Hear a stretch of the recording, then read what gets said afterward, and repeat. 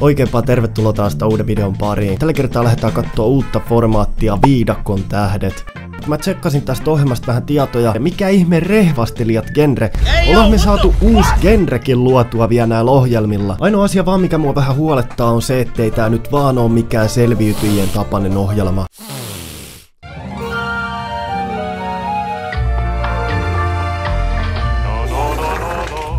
Vikin kanssa on tehty ensimmäiset kakat mereen. Ikinä paskonut vedessä. Kyllä tuohon mereen niin joku ihmiskakkakin menee. Ja viepi ne tuonne tyttöjen suoraan, niin kaikki tuli jästä. Koska mulla ei kärsivällisyys riitä seurata sellaista ohjelmaa. No, toisaalta voidaan puhua siitä, mihin mun kärsivällisyys sitten taas riittäisi. Ja kyllä, mä heitin epähuomiossa yhden mun puhelimista oikein pitkässä kaaressa. Mitä? Heitiks mä just mun puhelimen? Älyttömän iso kiitos uudesta supertykkäyksestä. Rahantuloa ei voi estää! Mä en tiedä, onko sitä mikki vähän liian hiljaisella.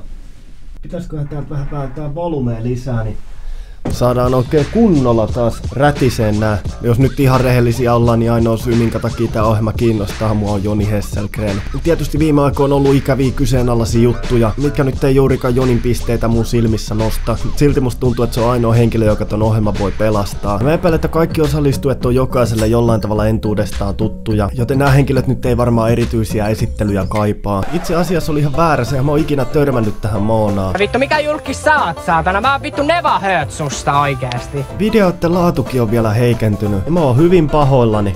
Heitä tää kanava tilaukseen mikäli rehvastelija-aiheiset reagointivideot kiinnostaa sua ja paina tälle videolle peukku ylös mikäli Viidakon tähdet kiinnostaa sua. Noin vittu keskellä Viidakon. Viidakon persvaassa literaali. Viidakon tähdet. Was deka? Siinä luki jotain haimaaksi, mä en ymmärtänyt sanaakaan. Ja sit mun myöhemmin sanottiin, että sä oot idiootti, että sä et osannut lausua sitä oikein. Kuka nyt tommosta osais lausua? Vieressäni on jokaisen oma rinkka, joihin teidän pitää siirtää matkalaukustanne kaikki se tarpeinen, mitä luulette Viidakossa tarvitsevanne.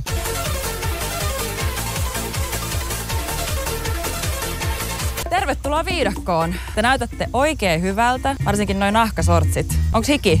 Vähän on pallit hies, joo. No mautonta ei kiinnosta sitten pätkän vertaa. Mä sanon heti alkuun siitä, että ärsyttävin tyyppi tuolla Viidakossa oli Joni Hesselgren. Mikäli sua muuten kiinnostaisi kuulla mauttoman omia reagointeja tästä reissusta, niin käy ehdottomasti kattoon sen kanavalta. Teidät pitää jakaa joukkueisiin. Värit on pinkki ja vihreä.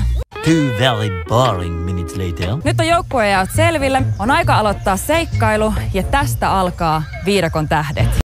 Me kisataan ensi yön majoituksesta majoituskilpailussa. Tarjolla olisi luksusleiriä ja sitten vähän heikommin varusteltua luuserileiriä. Tehtävänä on rakentaa mahdollisimman korkea torni 5 minuutissa keppien avulla. Tornin pitää pysyä koossa 10 sekunnin ajan joukkueen lipun ollessa huipulla. Edelleen on aikaa, kannattaa rakentaa koko ajan. Aika käy! Aika käy! Vitsi, mä oon pettynyt nyt, jos Joni pääsee sinne luksusleiriin. Eihän me saada mitään kontenttia. Ei pidä fröystäällä voitolla ennen kuin se on tehty. Ei vielä. Mikä epäonni? Miten tos muka noin voi käydä? Kun ei kukaan edes koskenut siihen. Mikä ton torni oikein kaato? Saatanan tui. Tää ei ole tullut koko päivään. Niin sieltä silmistä kyllä tää nyt tulee. Viimeinen minuutti lähtee käyntiin nyt. Kaatoks no ite jo tos lopussa ton oman torninsa? Bambut romahti taas. 3, 2, aika! Te saatte viettää ensi yön luksusleirissä. Samaan aikaan pinkki joukkue, te joutte viettää yönne luuserileirissä. Tämähän meni just niinku suunniteltiin. Kyllä se vituttaa. Aikamoista. Onks tossa niinku WC?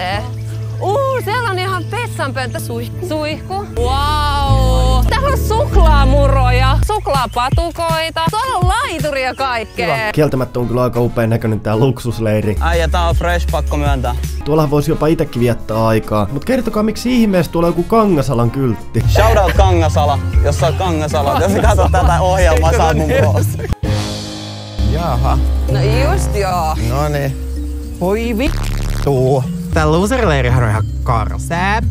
Mä oikeesti oletin, että me ollaan jossakin rannalla. Niin se on se luksusleiri, mistä sä nyt puhut. Me ollaan vittu keskellä Viidakoa, siis Viidakon persvaassa literaali. Mutta kontentin osalta niin eihän siitä olisi mitään tullut, jos Joni olisi heti alkuun päässyt tonne laiturin nokkaan ihastelemaan maisemia. Onks meillä suihku? Siis Camp shower. Onko toi noitte vessa? toi ei oo meidän vessa. Tostahan putoo läpi jo tonne reikään. Siis kiva oikeesti, kun siellä näkyy pääkin. Toihan on aivan järkyttävä. Ja siinä sitten vessajono. Mä en käy tossa paskaa. Ei kukaan voi olla sitä mieltä, että nämä olisi jotenkin hyvät puitteet. Vaikuttaa ihan toimivilta. Toi on hyvä kyllä katsoa, kun kaikki hymy hyytyi ihan täysin, kun pääsi tonne looserileiriin. Tää on muuten ihan hyvä, mutta mun perse osuu maahan melkein. Miten toi säkkikin voi noin notkollaan olla? Mä oon niin lihava. Amanda, hei. Ja mistä ihmeestä säkin kurkit sieltä? Missä ihmeen pusseissa te nukutte tuolla? Siis nukutaanko me noissa?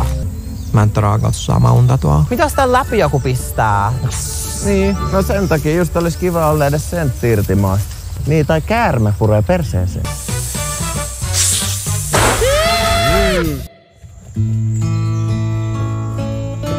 Mitä se Joni siellä oikein yksin patsastelee ja mikä ihmeen levy silloin kädessä? Pakkasin mukaan peilin, sellaisen, missä pystyy kattoo outfitit ja meikit.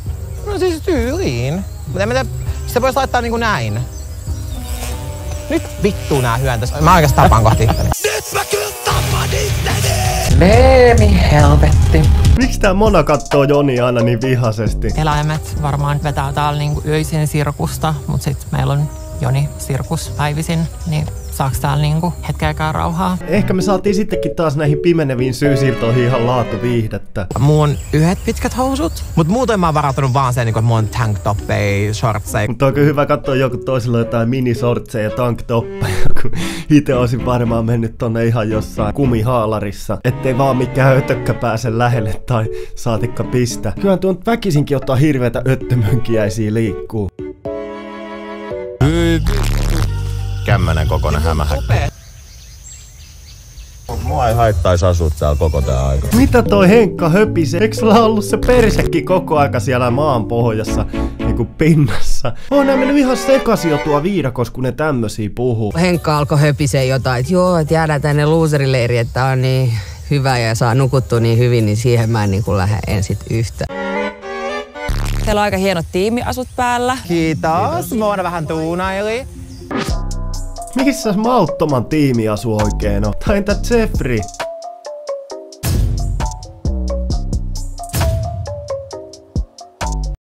Sitten tuli taas näitä kilpailuita. Pieni kontenttipalanen oli vaan siinä, kun vihreä tiimi huusi pinkille tiimille kilpailu aikana kaikkea häiritsevää. Nyt alkaa pinkillä joukkueella vähän mennä ihon alle vihreä joukkueen huutelut. Kohta tulee varoitus, jos ei lopu. Ja mautonkin siellä vaikka ja mitä. Mut siellä on olkaa hiljaa. Ei olkaa vittu. Näämä kiinni. Vihreä joukkueen ensimmäinen varoitus. Seuraavasta tulee sakko. Pinkin kuula meni sitten tähän viimeiseen reikään, jota loppujen lopuksi ne hävisi vihreälle tiimille 19 sekunnilla. Ja sen johdosta mauttoman tiimi voitti 3 tonnia, kun Jonin tiimi jäi nollille. Sä mulle isot rahat velka ja mä tuun hamumaan niitä rahoja sun kuolinvuoteen asti! Ja ehkä joku päivä vielä Jonikin pääsee näkemään sen luksusleirin. Me nähdään taas seuraavan videon parissa. Siihen asti. Moi moi. Mä oon vittu keskellä viidakkoa kirjalla. Siis viidakon persvaossa literaali. Mä en todellakaan saa unta tuolla.